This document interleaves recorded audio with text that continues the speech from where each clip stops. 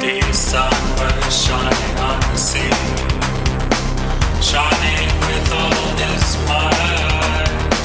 He did his very best to make the villa smooth and bright. And this was all because it was the middle of the night.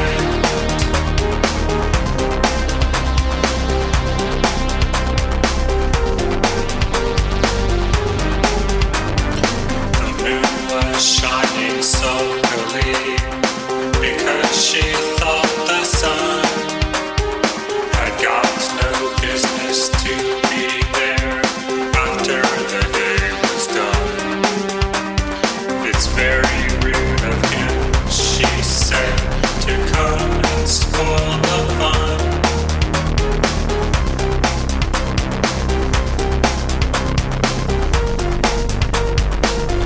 The sea was wet as wet could be. The sands were dry as dry.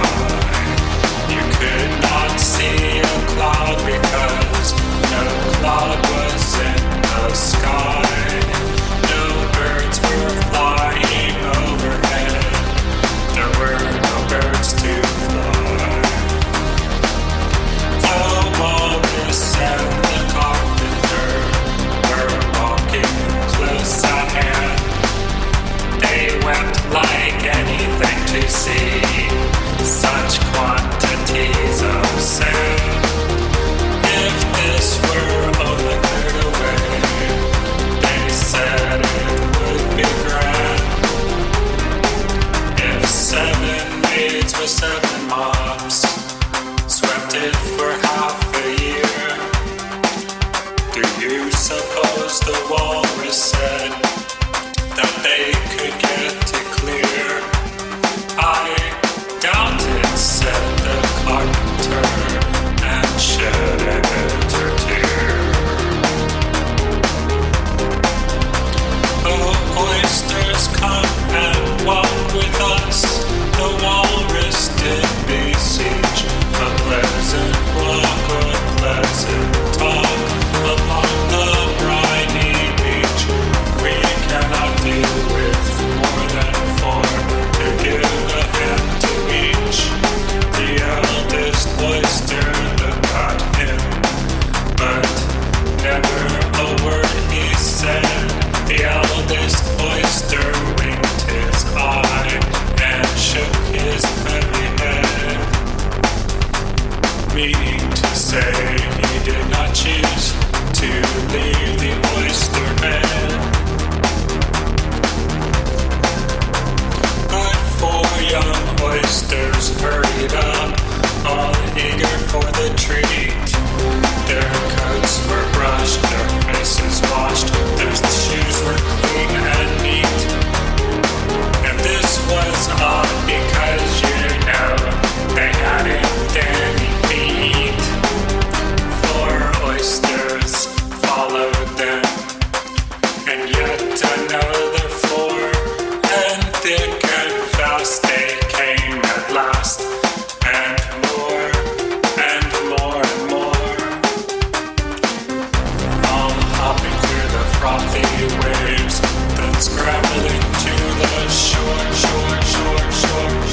The walrus and the carpenter walked on a mile or so, and then they rested on a rock conveniently low. And all the little oysters stood and waited in a row. The time has come, the walrus said, to talk of many things, of shoes and ships and sealing wax and cabbages and kings, and why the sea is boiling hot, and whether pigs have wings.